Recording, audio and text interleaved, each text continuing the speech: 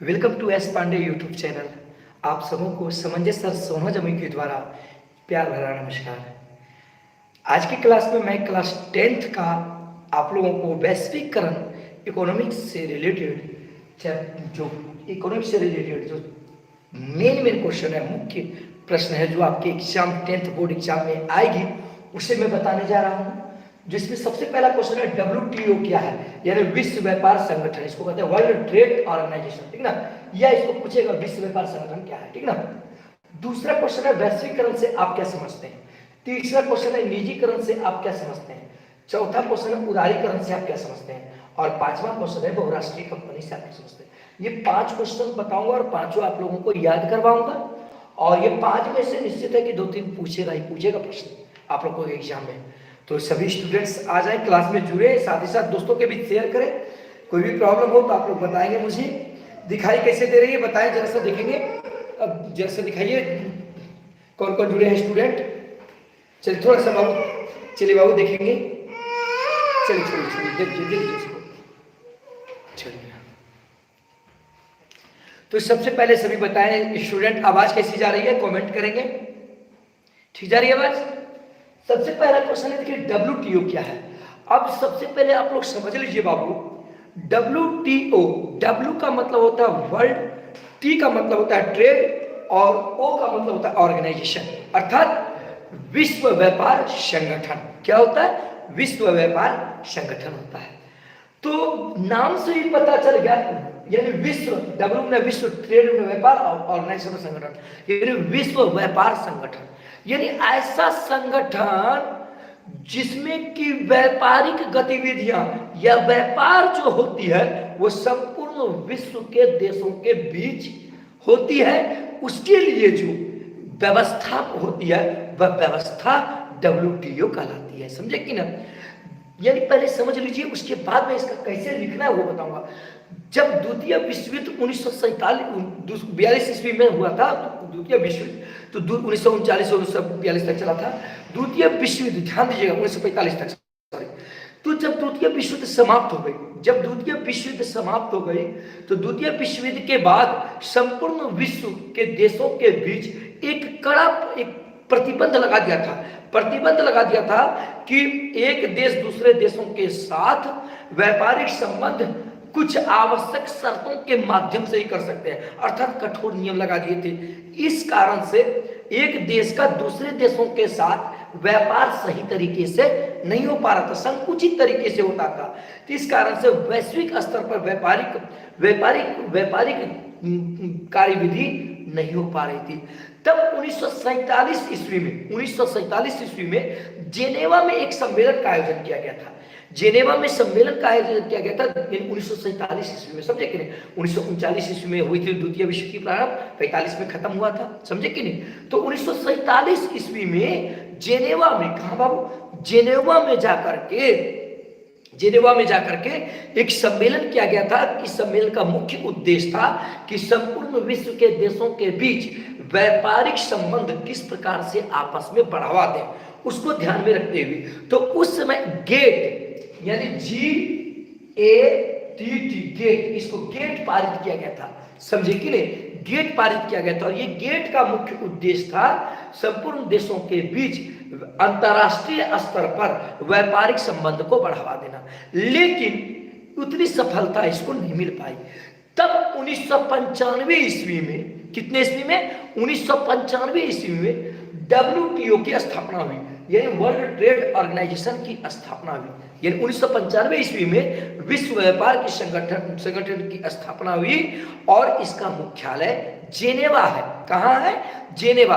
और भारत इसका संस्थापक सदस्य है। संस्थापक सदस्य का अर्थ होता है कि जिस दिन से WTO यानी विश्व व्यापार संगठन का गठन हुआ उसी दिन से भारत इसका सदस्य हुआ।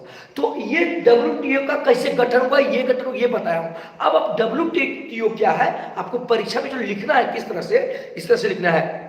सबसे पहले लिखना है WTO का पूरा नाम होता है वर्ल्ड ट्रेड ऑर्गेनाइजेशन, अर्थात विश्व व्यापार संगठन। विश्व व्यापार संगठन की स्थापना 1995 ईस्वी में जेनेवा में हुई और इसका मुख्यालय, विश्व व्यापार संगठन का मुख्यालय जेनेवा है।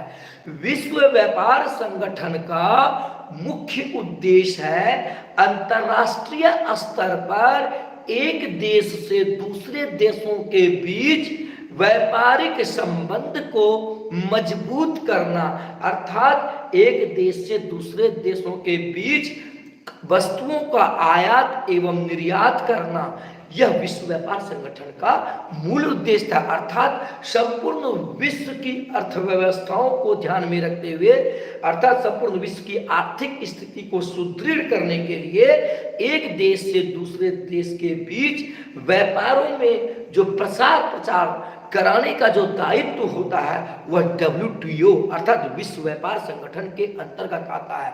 विश्व व्यापार संगठन की स्थापना 1995 में ईस्वी में की गई है।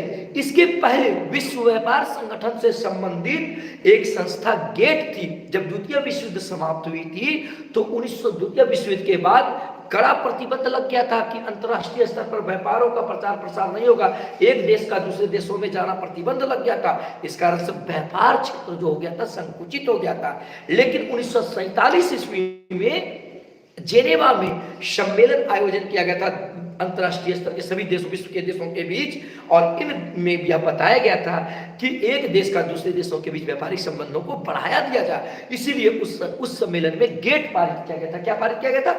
गेट पारित किया गया था, समझे कि नहीं? लेकिन यह सफलीभूत नहीं हो सकी तो 1995 ईस्वी में विश्व व्यापार संगठन की स्थापना किया, और विश्व व्यापार संगठन का मूल उद्देश्य है अंतर्राष्ट्रीय स्तर पर व्यापार का बढ़ावा दिया जाना और लचीलता अपनाना व्यापारिक संबंध के साथ। आज विश्व व्यापार संगठन के कारण से ही हमारा भारत देश कोई दूसरे देशों के साथ क्या होता है, किसी वस्तुओं का निर्यात करता है, जैसे चावल का, गेहूं का, या हम गाड़ी भी बनाते हैं, ट्रक भी बनाते हैं, बहुत सारी वस्तुएं बनाती हैं, एक देश से दूसरे देश में हम व्यापार करते हैं। तो यह विश्व व्यापार संगठन के कारण से ही है। भारत देश हमारा जो है विश्व व्यापार संगठन का संस्थापक देश है, समझे कि ना? तो आप विश्व व्यापार संगठन के बारे में जान गए होंगे। अब देखिए दूसरा क्वेश्चन है वैश्वीकरण से आप क्या समझते हैं? नाम क्या है? वैश्वीकरण नाम से पता करता है, यानी संपूर्ण विश्व को एक साथ जोड़ करके रखना, ठीक है ना? यानी वैश्वीकरण एक प्रकार की ऐसी प्रक्रिया है, वैश्वीकरण एक प्रकार की ऐसी प्रक्रिया है जो संपूर्ण विश्व में एक देश का दूसरे देशों के साथ कच्चे माल का आयात एवं निर्यात करके आर्थिक वृद्धि किया जाता है। तो यह प्रक्रिया वैश्वीकरण कहलाती है। भारत में वैश्वीकरण की प्रक्रिया का आगमन राजीव गांधी जब प्रधानमंत्री थे तो उनके सरकार में वित्त मंत्री जो थे डॉक्टर मनमोहन सिंह थे। 1991 ईस्वी में भारत में वैश्वीकरण अर्थात ग्लोबलाइजेशन की प्रक्रिया सामने आई, समझे ना? वैश्वीकरण प्रक्रिया के अंतर्गत एक देश के लोग दूसरे देश में जाकर के व्यापारिक संबंध बढ़ाए और व्यापार करने लगे, और बहुराष्ट्रीय कंपनियां जो है एक देश से दूसरे देशों में जा करके स्थापित होने लगे। आज क्या है कि आप देखिए Samsung company, hero Honda company, Coca Cola company, बहुत सारी कंपनियां जो है वो भारतीय नहीं है लेकिन भारत में भी रोजगार कर रहे हैं, ठीक है ना? ये किसकी देन है? वैश्वीकरण की देन है। अर्थात वैश्वीकरण एक प्रकार की ऐसी प्रक्रिया है जिसमें कि एक देश का किसी दूसरे देशों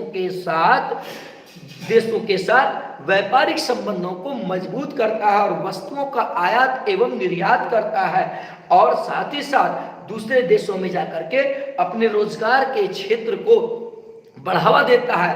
और इस वैश्वीकरण की प्रक्रिया के कारण से ही 1991 ईस्वी में उदारीकरण एवं निजीकरण की भी प्रक्रिया आई सामने, समझे ना? एक बार से फिर से वैश्वीकरण को समझ लीजिए, यानी परीक्षा में कैसे लिखना है। यानी वैश्वीकरण एक प्रकार की ऐसी प्रक्रिया है जो कि एक देश का दूसरे देशों के साथ व्यापारिक संबंधों को बढ़ाना है, साथ ही साथ कच्चे मालों का एक देश का दूसरे देशों के साथ आयात एवं निर्यात करना है, साथ ही साथ अपने रोजगार यानी उद्योग धंधे जो हैं अपने देश के अलावा दूसरे देशों में भी जाकर के खोल सकते हैं, और वैश्वीकरण की देन है।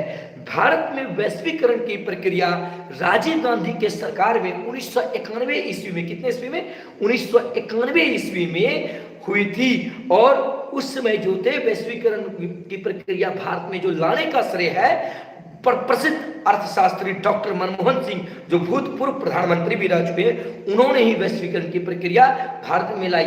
और इस वैश्वीकरण की प्रक्रिया के कारण से ही निजीकरण एवं उदारीकरण की भी प्रक्रिया सामने आई। निजीकरण क्या है मैं लिख चुका हूं, वो भी बताऊंगा, उदारीकरण क्या है वो भी मैं बताऊंगा। और वैश्वीकरण के कारण से ही आज भारत की रिलायंस की कंपनियां अन्य दूसरे देशों में काम कर रही हैं, या भारत में भी बहुत सारी कंपनियां, विदेशी कंपनियां भारत में काम कर रही है। यह वैश्वीकरण की प्रक्रिया के कारण से आज देखते हैं दूसरे देशों से भारत में तेल का आयात होता है, तेल यानी राशन तेल, पेट्रोलियम आदि सब का आयात होता है। तो ये कौन सी प्रक्रिया है? वैश्वीकरण की प्रक्रिया है। यानी वैश्वीकरण की प्रक्रिया के कारण से संपूर्ण विश्व की अर्थव्यवस्था जो होती है हो रही है, एक सुदृढ़ हो रही है। संपूर्ण विश्व की अर्थव्यवस्थाओं के बीच सामंजस्यता स्थापित हो रही है, समझे कि ना।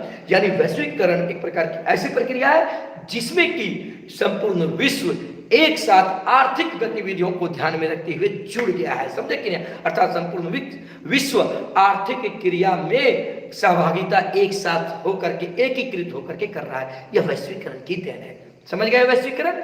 अब देखिए यहाँ पे निजीकरण से आप क्या समझते हैं? नाम से ही पता है निजीकरण। आपने कहते हैं कि तुम जब कहीं आपका कोई विद्यार्थी कलम ले लेता है, झगड़ा करते हुए, क्या तुम्हारा है? आप बोलते हो कि ये मेरा निजी है, मेरा निजी का मतलब होता है अपना खुद का, समझे कि नहीं। तो यहाँ पे निजीकरण से आप क्या समझते हैं पहले समझिए। जब 1991 ईस्वी में ग्लोबलाइजेशन अर्थात वैश्वीकरण की प्रक्रिया भारत में आई थी राजीव गांधी के सरकार में, समझे कि नहीं। तो उसमें आपको बताए थे वित्त मंत्री कौन थे? डॉक्टर मनमोहन सिंह थे। कौन थे?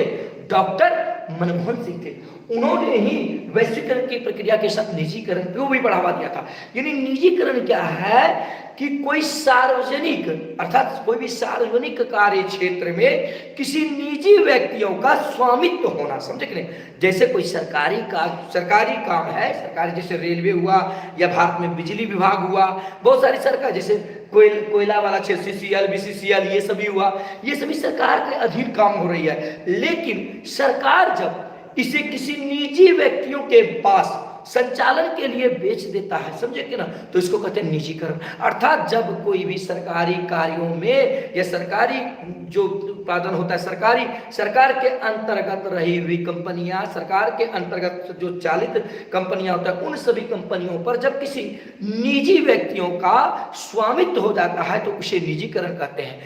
यानी निजीकरण एक प्रकार की ऐसी प्रक्रिया है जो सार्वजनिक यानी जो सरकारी होता है, सरकारी क्षेत्र वाली कंपनियां किसी निजी व्यक्तियों के हाथों में चली जाती है, कोई निजी व्यक्तियों के हाथों में चली जाती है तो उसे निजीकरण कहते हैं। जैसे अभी वर्तमान समय में बिजली जो पहले था वो सरकारी था, उसको सरकारीकरण कहते हैं। जो सरकार के अधीन होता है उसको सरकारीकरण कहते हैं, समझे।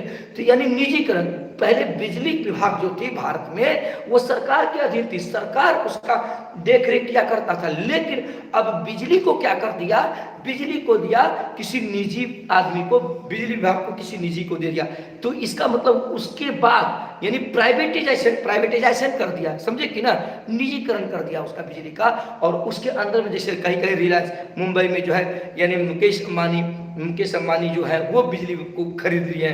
तो इसका मतलब हम मुंबई में जो है बिजली की सभी देख रेख, बिजली विभाग जो बल्ब जलता है उनका सभी देख रेख जो करेंगे वो मुकेश अंबानी लोग करेंगे, समझे ना। उसका जितना फायदा भी होगा वो लेंगे, इसको कहते हैं निजीकरण, समझे कि नहीं। यानी सरकारी कार्य क्षेत्रों को कोई कंपनी जिससे कि सरकार को लाभ होती थी उन सबों को किसी निजी व्यक्तियों के द्वारा जब चलाया जाता है उस पर स्वामित्व का उसका अधिकार हो जाता है तो उसे निजीकरण कहते हैं। तो यहाँ पे निजी जब ग्लोबलाइजेशन की प्रक्रिया आई तो उस समय जो निजीकरण को बढ़ावा दिया गया। निजीकरण को बढ़ावा देने से ये हुआ, निजीकरण के बढ़ावा देने से ये हुआ क्या कि किसी एक व्यक्ति को जब किसी क्षेत्र में किसी कंपनी का मालिक बना दिया, किसी सरकार सार्वजनिक क्षेत्र का एक एकाधिकार उसे प्राप्त हो गया, तो उसमें वह समुचित मेहनत करके वो काम करने लगा। ये इसी को कहते हैं निजीकरण। समझ में आ गया आप लोगों को निजीकरण?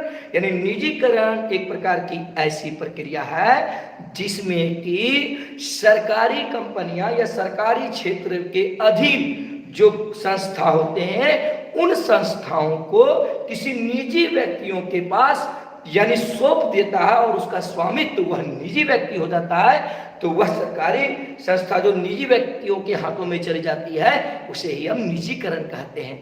और जैसे बिहार में भी बिजली निजीकरण हो गया, पहले सरकारी था लेकिन अब क्या हो गया, प्राइवेटाइजेशन हो गया, इसलिए निजी व्यक्तियों के हाथ में चला गया।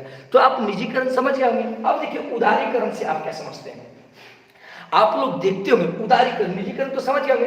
अब देखो उदारीकरण नाम क्या है, उदारी और दूसरा करण। उदारी का मतलब होता है दयालुता। नहीं कहता बहुत उदार बन गया है, बहुत दयालु बन गया है। तो जब वैश्वीकरण की प्रक्रिया 1991 ईस्वी में राजीव गांधी की सरकार में आई थी, समझे ना, तो उस समय भारत के वित्त मंत्री जो थे डॉक्टर मनमोहन सिंह।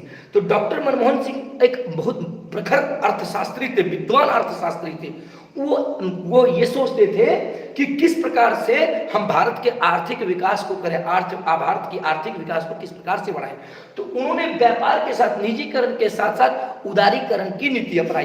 तो बाबू जैसे उदारीकरण क्या है, जैसे मान लो निजीकरण हो गया, तो निजीकरण में क्या हुआ, सरकारी जो संस्था है वो किसी निजी व्यक्ति को दे दिया गया। तो निजी व्यक्ति लेने में डरेगा, कहेगा कि हम यदि वो सरकारी संस्था को हम अपने अधीन लेंगे, कहीं सरकार बाद में टैक्स लेगा तो फिर तो हम बिकिए जाएंगे, सरकार हमसे ज्यादा कर लेगा तब तो बिकिए जाएंगे। तो उसमें जो लाइसेंस मांगेगा, सरकार कहेगा किसका लाइसेंस दो, तो वो तो सोचेगा हम बिकिए जाएंगे।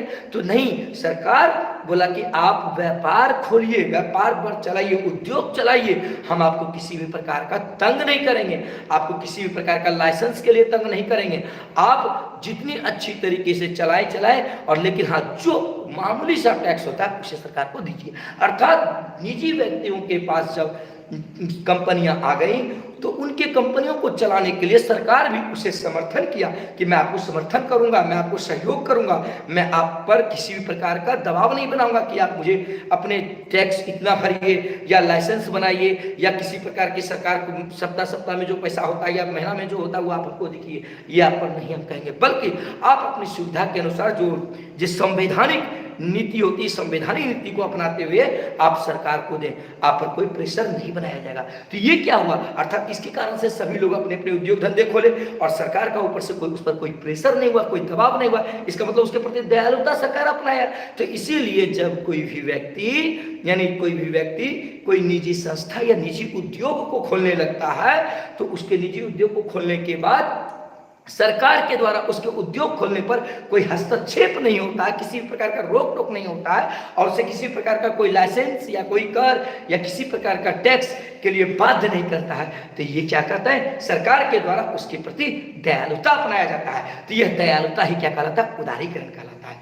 तो ये उदारीकरण की भी प्रक्रिया जो है, वैश्वीकरण की प्रक्रिया जब भारत में 1991 ईस्वी में आई थी तो उसी समय यह उदारीकरण की भी प्रक्रिया सामने आई थी। क्योंकि उदारीकरण की प्रक्रिया जब तक नहीं अपनाते तब तक निजीकरण हो ही नहीं सकता, क्योंकि निजीकरण का मतलब होता है कोई व्यक्ति सरकारी संस्था को अपने अधीन करेगा।